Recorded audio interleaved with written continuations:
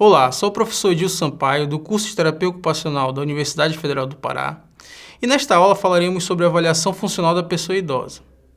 Os temas aqui abordados serão os seguintes: avaliação funcional da pessoa idosa, aspectos introdutórios, protocolo de identificação do idoso vulnerável, VES 13, incapacidades, informações complementares, avaliação ambiental com ênfase nas quedas e avaliação antropométrica.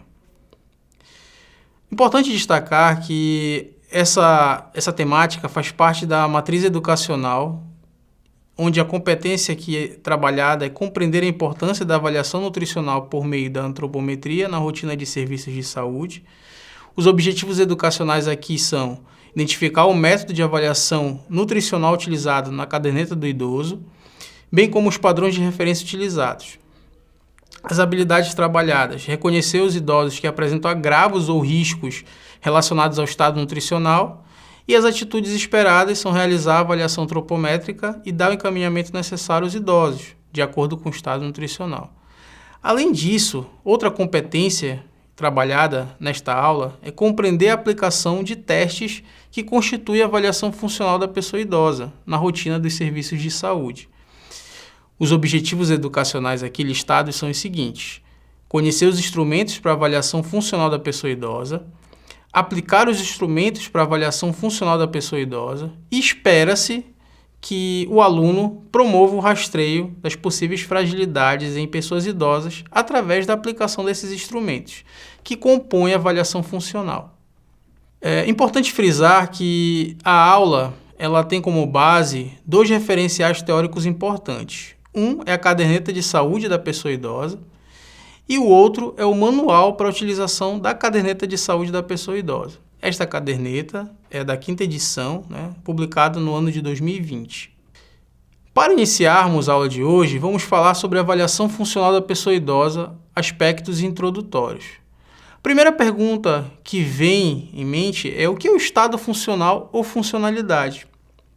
Quando avaliamos os idosos, a gente busca entender como está o desempenho dele ou deles nas suas atividades de vida diária. Para isso, é importante entender o nível de funcionalidade, se ele é independente, se ele é semidependente, se ele é dependente. Nesse sentido, é importante fazer uma avaliação funcional adequada. Mas o que é essa avaliação funcional? É um método que ajuda a descrever as habilidades e possíveis limitações que essa pessoa idosa possui no desempenho das suas atividades no dia a dia, nas atividades de lazer, em outras ocupações e até mesmo nas suas interações sociais.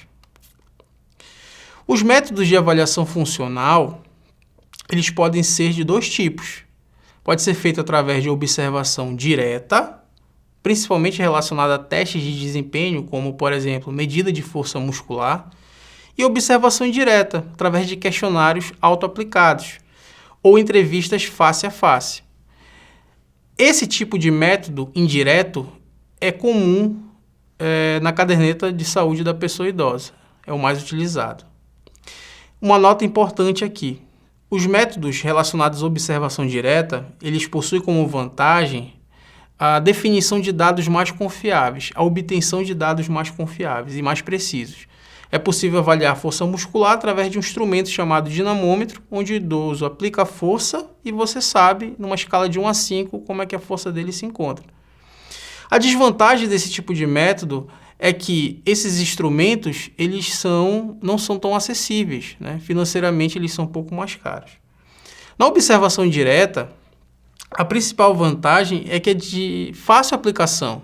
É muito fácil. Muitas vezes até o próprio idoso pode fazer o autoteste. Há um baixo risco de aplicação técnica, porque o conhecimento ele é mais simples sobre o uso desse tipo de método, tá? E há um baixo custo. A desvantagem é que depende muitas vezes de como o entrevistado se comporta ali, para responder as perguntas. Ele precisa estar minimamente disponível para isso. Vamos iniciar falando sobre os principais testes que compõem a avaliação funcional que estão contemplados na caderneta de saúde da pessoa idosa. Eu vou iniciar pelo protocolo de identificação do idoso vulnerável, o VES 13, que é um teste dentro do método de observação indireta. O VES 13 é muito simples e eficaz, né, na sua aplicação. O principal objetivo desse tipo de protocolo é observar e rastrear possíveis vulnerabilidades relacionadas à pessoa idosa, possíveis fragilidades. É importante considerar o seguinte: no VES 13 nós temos itens, categorias que servem, né, que são utilizadas para a gente fazer o devido rastreio. Então, nós temos a idade, autopercepção da saúde e presença de limitações físicas e incapacidade. Como já foi dito, é de fácil aplicabilidade e pode ser respondido pelos profissionais de saúde. O profissional de saúde pode aplicar com a pessoa idosa, a própria pessoa idosa pode fazer o autoteste e familiares e cuidadores, quando necessário, podem responder também o teste, uma vez que a pessoa idosa não consiga fazer. São 4 categorias presentes no VES 13. Idade, autopercepção da saúde, limitação física e incapacidade. Vamos falar de cada uma, tá? Iniciando pela primeira categoria, idade. Prestem bem atenção no que eu vou falar para vocês. A idade é um fator de risco para a presença de fragilidade na pessoa idosa. Quanto maior a idade, quanto mais avançada for a idade, maiores são as chances desse idoso ser considerado frágil. Óbvio que esse não é o único fator de risco, existem outros, tá? Mas a gente precisa prestar atenção nesse dado. Então, no VES 13, você registra a idade desse idoso, tá? E existem faixas etárias que pontuam aqui, não são todas, né? Entre 60 e 74 anos, você não vai pontuar, tá? Entre 75 e 84, esse idoso pode receber 1 ponto. E com 85 anos ou mais, marca-se 3 pontos. Isso é muito importante para o registro, tá? Uma vez que esse protocolo ele tem uma pontuação que varia entre 0 a 10 pontos. 0, esse idoso não é vulnerável, não é considerado vulnerável, e 10, esse idoso é considerado de risco a uma grande vulnerabilidade e fragilidade. Outra categoria importante dentro do VES 13 é a autopercepção da saúde. Nessa categoria, você simplesmente pergunta para o idoso: em geral, comparando-se com outras pessoas de sua idade, você diria que a sua saúde é? E deixa ele responder. Essa autopercepção é importante. Se ele responder que considera a saúde, por exemplo, excelente, boa ou muito boa, você não pontua. Se ele considerar a saúde ruim, regular, mais ou menos, você pontua e coloca 1 ponto ali, tá? Isso é muito importante. Entendam que o VES 13 ele precisa rastrear vulnerabilidades e fragilidades. Então, tudo que está relacionado a vulnerabilidade e fragilidade, vai ser pontuado. Outra categoria presente no VES 13 é a limitação física. Neste item são listadas 6 atividades físicas. O que se quer investigar aí é se o idoso ele tem muita dificuldade, é incapaz de fazer, ele tem alguma dificuldade, pouca dificuldade ou nenhuma dificuldade na realização dessas atividades. Então, essas atividades são as seguintes. Você pergunta para o idoso, para a pessoa idosa, se ele consegue se curvar, se agachar ou se ajoelhar, e aí você verifica se ele possui nenhuma dificuldade, pouca dificuldade, alguma dificuldade, muita dificuldade ou é incapaz de fazer. Levantar ou carregar objetos com peso aproximado de 5 kg é outra atividade presente. Elevar ou estender os braços acima do nível do ombro. Escrever ou manusear e segurar pequenos objetos. Andar 400 metros, aproximadamente 4 quarteirões.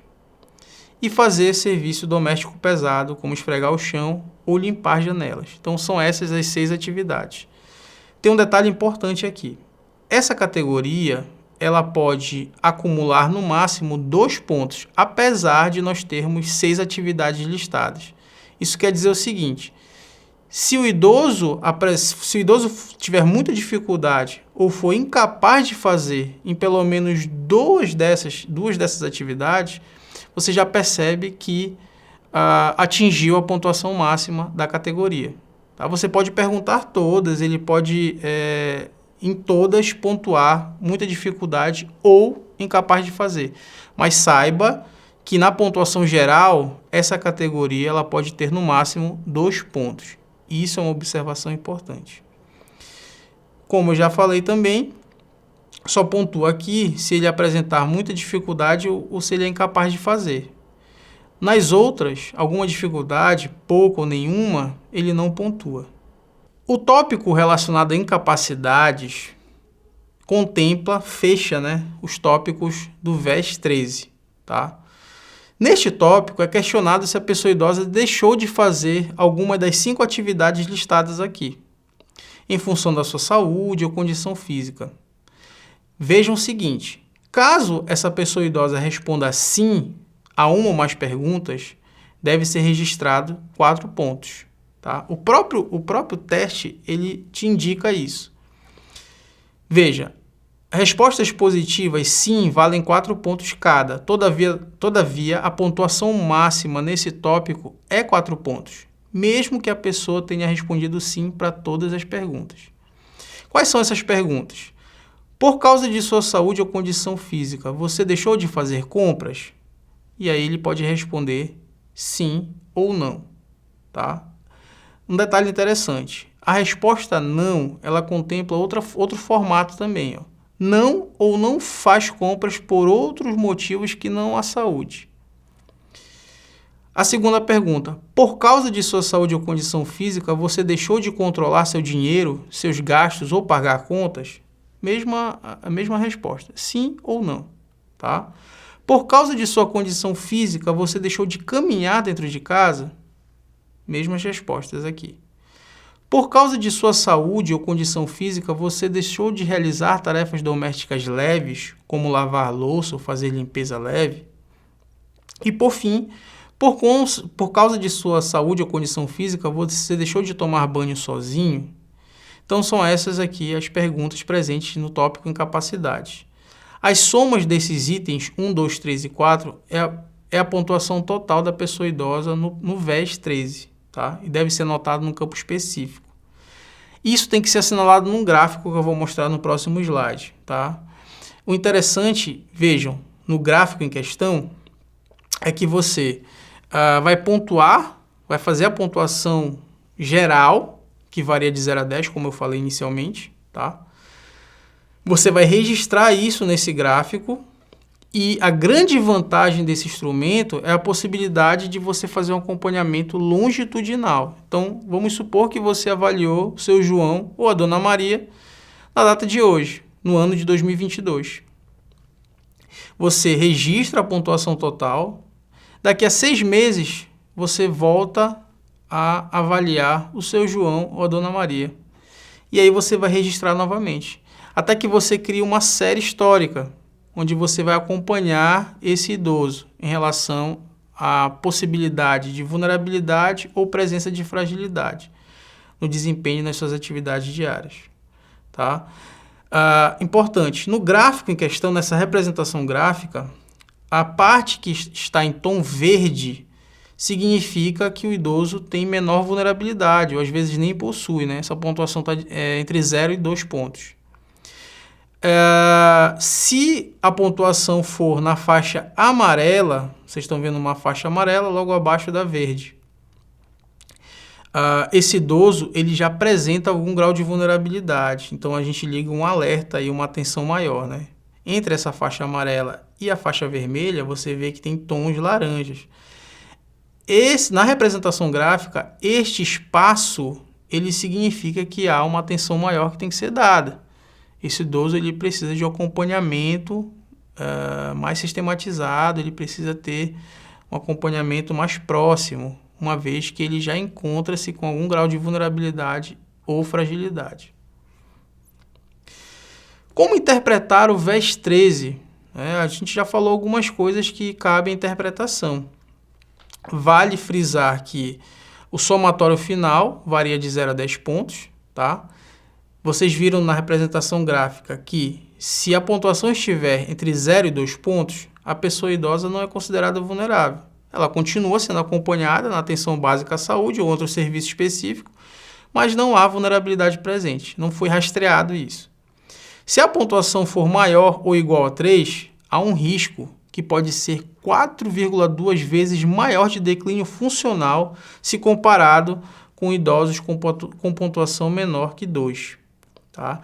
Inclusive, dependendo desse risco, desse declínio, há grandes chances, né, desse idoso vir a óbito em 2 anos. Tá? Óbvio que a gente precisa avaliar outros fatores importantes aí que são determinantes para isso. Tá? Importante verificar se há comorbidades presentes, né, também. Nestes casos que foram assinalados ainda há pouco, a equipe de atenção básica ou do serviço de saúde em questão deve dispensar maior cuidado à pessoa idosa, a essa pessoa idosa, tá? E deve verificar quais são os fatores que estão acelerando esse processo de declínio para fazer o acompanhamento adequado. É importante também incluir nessa análise informações complementares que estão presentes na caderneta de saúde da pessoa idosa. Existem 2 domínios que o profissional de saúde também tem que considerar. Um é a cognição, o outro é o humor. O que se avalia na cognição? Basicamente, você vai avaliar o funcionamento da memória. Existem 3 perguntas relacionadas ao esquecimento e o idoso pode responder sim ou não. No domínio humor, a gente também vai verificar 2 perguntas que podem ser respondidas por sim ou não. Interessante observar que neste domínio, humor, as respostas positivas, ou seja, sim, sugerem presença de depressão ou a existência de algum tipo de situação que provoque sentimentos negativos. Então, veja lá, no domínio cognição, as perguntas são as seguintes. Alguém da família ou algum amigo ou amiga falou que você está ficando esquecido? Aí o idoso responde lá sim ou não. O esquecimento está piorando nos últimos meses? O esquecimento está impedindo a realização de alguma atividade do cotidiano? Novamente, ele tem 2 alternativas aqui, sim ou não, para a resposta. Percebam que na primeira linha dessa tabela que está sendo mostrada, desse quadro, perdão, que está sendo mostrado no slide, você pode fazer a anotação do ano, né, em que essas perguntas foram feitas. Tá? Pode ser que seja no mesmo ano, inclusive, né? Você tem que registrar a data. Novamente, há um acompanhamento longitudinal aí, né, que pode formar uma série histórica no tempo para você verificar a funcionalidade desse idoso. No domínio humor, são 2 perguntas. No último mês, você ficou com desânimo, tristeza ou desesperança? Se ele responder sim, a resposta é positiva para uma possível depressão ou algum sentimento relacionado. Outra pergunta é a seguinte: no último mês você perdeu o interesse ou prazer em atividades anteriormente prazerosas? Assim fecha as informações complementares que vão ajudar nessa análise, nessa avaliação. Outra avaliação importantíssima que está presente na caderneta de saúde da pessoa idosa é a avaliação ambiental. Há uma preocupação muito grande com esse item porque a análise sobre o ambiente físico determina se há algum risco para a possibilidade das quedas surgirem. Sabemos que esse evento ele é extremamente prejudicial para a pessoa idosa. Uma vez que o idoso cai, ele pode vir a ter repercussões funcionais significativas e podem gerar outros problemas. Na tabela em questão, que vocês estão vendo no slide, há uma lista de fatores de proteção relacionados aos riscos ambientais, que aumentam a propensão de quedas. Tá? Ela foi desenvolvida para direcionar o olhar do profissional da saúde, da equipe de saúde, da pessoa idosa e de seus familiares, para garantir assim maior segurança no domicílio. O domicílio é o principal espaço onde essas quedas ocorrem, por isso precisa ser alvo desse acompanhamento da equipe de saúde. Quais são os itens importantes para a segurança do domicílio? Vejam, nessa tabela ou quadro você vê na primeira coluna as áreas que serão alvo de observação. Então, as áreas de locomoção desse idoso, a iluminação é uma categoria importante, banheiro, que é um cômodo que geralmente encontra-se úmido, tá? Por isso que precisa de um olhar também específico. Cozinha e quarto, além da presença ou não de escada. Na segunda coluna, você vai verificar alguns itens de proteção. Por exemplo, na área de locomoção, você tem que verificar se essa área é desimpedida, se não tem nenhum obstáculo, como fios soltos, por exemplo, ou atravessados no meio da área de locomoção. Você também tem que verificar se há a presença de barras de apoio e também se os pisos são uniformes e existem tapetes bem fixos. Esses são itens importantes, né? E você verifica respondendo sim ou não. Na iluminação, você verifica se há a presença de iluminação suficiente para clarear todo o interior de cada cômodo, incluindo degraus. Se há também a presença de interruptores acessíveis na entrada dos cômodos, tá? Facilitando o acesso dessa pessoa idosa. No banheiro, a gente vai verificar o seguinte: a área do chuveiro tem antiderrapante? O boxe tem cobertura fácil ou presença de cortina bem firme? Tá? Então, nesse sentido, você observa aí se esses itens são garantidos. Cozinha e quarto, você vai verificar se há armários mais baixos ou se há necessidade do uso de escada, porque veja, se o armário ele respeita a altura do idoso, né, então ele não precisa subir em um banco ou uma escada para pegar qualquer objeto que esteja nesse armário.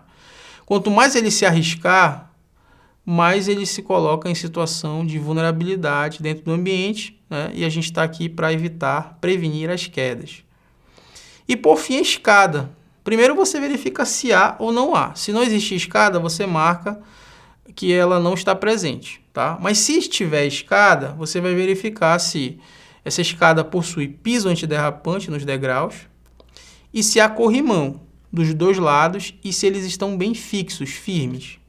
Para concluir a avaliação ambiental, é importante que profissionais de saúde ou equipe de saúde identifiquem e registrem os problemas que foram observados com o uso desta avaliação. A partir desse momento, também procedam com uma ou mais sugestões para tentar sanar esses fatores de risco que podem provocar quedas. Outro detalhe importante é que o profissional pode fazer uso do manual para a utilização da caderneta de saúde da pessoa idosa, que foi citado no início dessa aula. Tá? Nesse manual existe esse quadro completo para avaliação ambiental, onde você pode fazer os registros adequados. Além dos referenciais que foram apresentados aqui durante essa aula, também temos outras referências importantes que estão listadas no final do slide. Convido você a acessá-las para aprofundar seus estudos. Se você chegou até aqui, parabéns e muito obrigado pela sua atenção. É importante frisar que as referências que foram citadas na aula, caderneta de saúde da pessoa idosa, e o manual para a utilização da caderneta estão disponíveis nos links na descrição do vídeo. Fique agora com a avaliação antropométrica que contempla essa temática tão importante para a atuação com a pessoa idosa. Um forte abraço.